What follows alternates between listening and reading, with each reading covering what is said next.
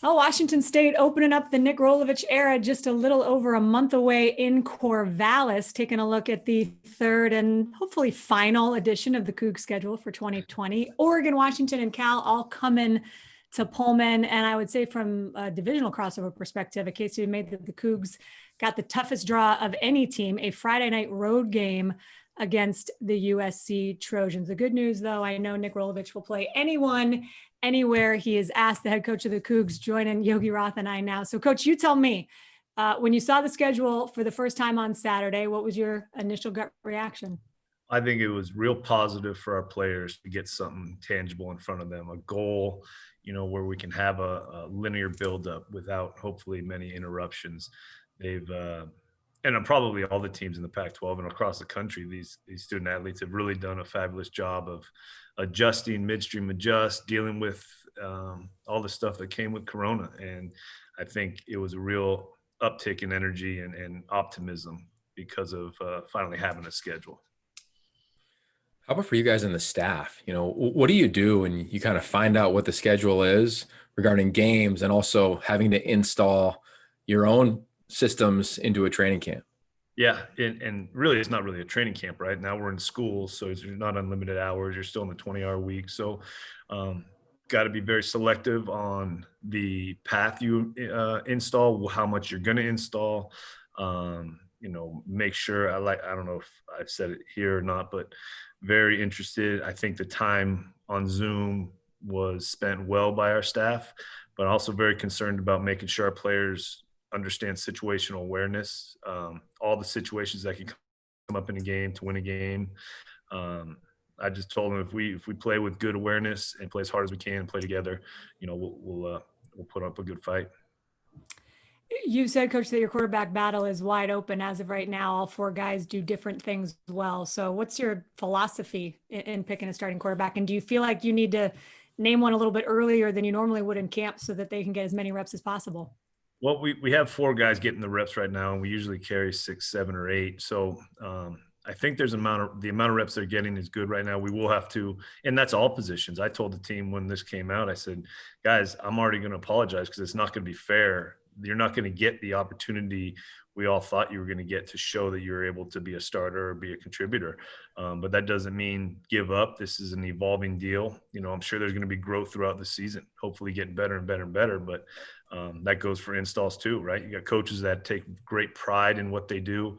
And I feel it's part of my job. Okay, let's see what we can get good at. Let's see maybe what's going to be possibly used versus Oregon State. And maybe that moves up in the install schedule. Maybe something gets pushed down for SC or somebody down the line. So I've enjoyed the communication with the staff. I think there's been a good gelling with all the guys, but it is going to be a very unique time to name starters, to get ready to play, all those things.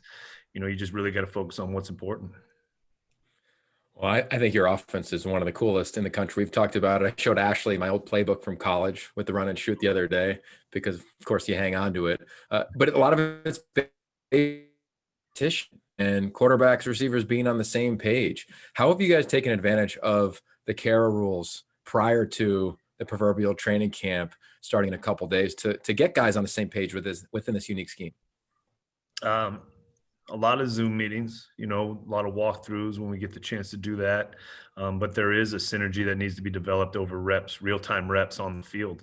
And that comes down to what are we going to work on? Even though this play is cool and we all might like it, is that the right thing to be doing right now? Or do we really need to get good at understanding the offense, encouraging communication between receivers and quarterbacks and getting on the same page? That's really where we're at. And then hopefully by the time we get around to November 7th, we can execute a certain percentage at a high level. Coach, obviously there's so much excitement around your offense and what you bring to Pullman. And it reminded me of a conversation I had with your new defensive coordinator, Jake Dickert, the other day. He told me the story of when, I think it was the first interview that you did with him when he was obviously at Wyoming. And he said his first question to you was, do you want to be good on defense or is this going to be an offensive show? Just curious what you remember about those early conversations with Coach Dickert and what should Cougs fans be expecting from your defense this year? Well, that is, I don't know if it was the first conversation, but it was early on in the conversation. And, it's more I like winning on defense as much as anybody. It's just, I believe this offense is the way that we could put the most points on the board. And I just made him aware. I said, you know, even though we did good with time of possession last year, it may be a different mindset for you. And I love that there's schemes. I think he and the staff have the answers. But I don't care if we win 10-7 or 42-41, and there's probably games in every year where you win on both sides of the ball plus special teams. But I know this region really appreciates, some good hard-nosed defense, turnovers, things like that. And it's really about effort and staying together to me. Staying together. Months ago, you told us that was something you took away from watching your team in the weight room early on. Like nobody was trying to cut corners or take an easy way out. Curious about Max Borghi specifically. He seems from our vantage point like the poster child, the leader of your program. What's he been like during workouts where you've been able to see him be a part of this program? Well, one of the things I'll be honest, I was worried about was offensive buy-in because there had been so much success here. I think it was probably a little bit easier for Max because of the amount of carries compared to receptions that he got last year. But even in the receiver room, they're so successful. Quarterbacks, they've seen throwing the ball and putting points on the board. But Max, and most of the skill positions on offense is where I'm specifically talking about, have really been giving us a chance because of their buy-in. Max specifically, I know he's going to be a junior, but the kid approaches it like a pro. You just get around those guys that do. Nutrition is very important. Rest is very important. Reps in the weight room are very important. And the culture of hard work was already here when we got here. They weren't scared of hard work.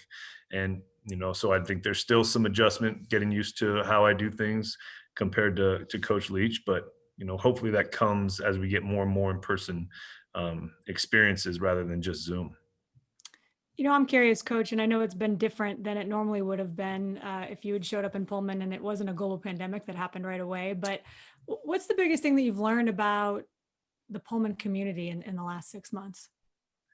I've been really pleased with the, not necessarily comparison, but there's a lot of aspects of the Aloha spirit from Hawaii in this community. People taking care of each other, people respecting each other, people realizing that we're all relying on each other in some way. I think that's been somewhat comfortable in the transition for myself and some of the staff. I appreciate the safety of the town, and really I like we have coaches, we all have a bunch of kids, and the life they're getting to live up here has been what I think kids, need. They need laughing, running around, playing with each other. I think there's a lot of good qualities there for our kids of our staff. So those are some of the positive I've really enjoyed. Coach, I know a big positive was also you and the flag. That was impressive. College game day. Did you practice that? You were dialed in. I had a couple strategies, but I was going with the figure eight, which was more controlled. And then we went with the Paul Bunyan, the big chops. And I think it was more Paul Bunyan chops than the figure eight. But the figure eight, I thought it was actually pretty smooth, but the people in charge didn't like it as much as the Paul Bunyan chop. Your game face was incredible. It was very unique. I was impressed. Well, they didn't have any say on that. That was coming from me. So, who I bet I know loved that was Gardner Minshew. He gave an interview recently, actually, and he said that heaven to him would be going back to Pullman and reliving his 6 months there over and over and over again. And that quote just made me smile. He's done more in the NFL, I think, than anybody anticipated by a long shot. Thoughts on, have you been able to connect with him? Are you trying to keep him involved in the program? And I just imagine that you guys are kind of like kindred spirits. As many alums as we can, I'd like to connect with them. But me and Gardner have had a couple conversations. I know we did the game recap with you guys, which was fun. I like his style. I like what he values. I like his confidence. I love that quote. I actually put that on my Twitter banner just because, and of course he would, but how many people would love to spend that 6 months in Pullman as Gardner Minshew? I mean, it must have been wonderful for him. So, but that's the Coug spirit coming out. And I think he was just a natural fit when he got here and really took advantage of it. Last thing for me, Coach, on more of a serious note, and I know that coaches, it is a true fraternity. It just came out not too long ago that Kevin Sumlin has tested positive for coronavirus. I know you two have a relationship that predates you coming to the Pac-12. Have you had a chance to talk to him or reach out to him? I have not reached out to him, but I hope he's felt my thoughts and prayers. I like Summy a lot. I think he's good for the conference, and I know he'll fight this virus like he coaches football. He's all in on it, and he's a very passionate guy. And you don't want to see anybody get it, but everybody up here in Pullman and Cougs across the world are pulling for Coach Summy. He's good for the conference. Appreciate that very much and appreciate your time and all of your insight on your team. Looking forward to seeing you guys out on the field November 7th at Oregon State. It is on our calendars. Rolo, have a great day. Good luck. All right. Thank you, guys. Good to see everyone.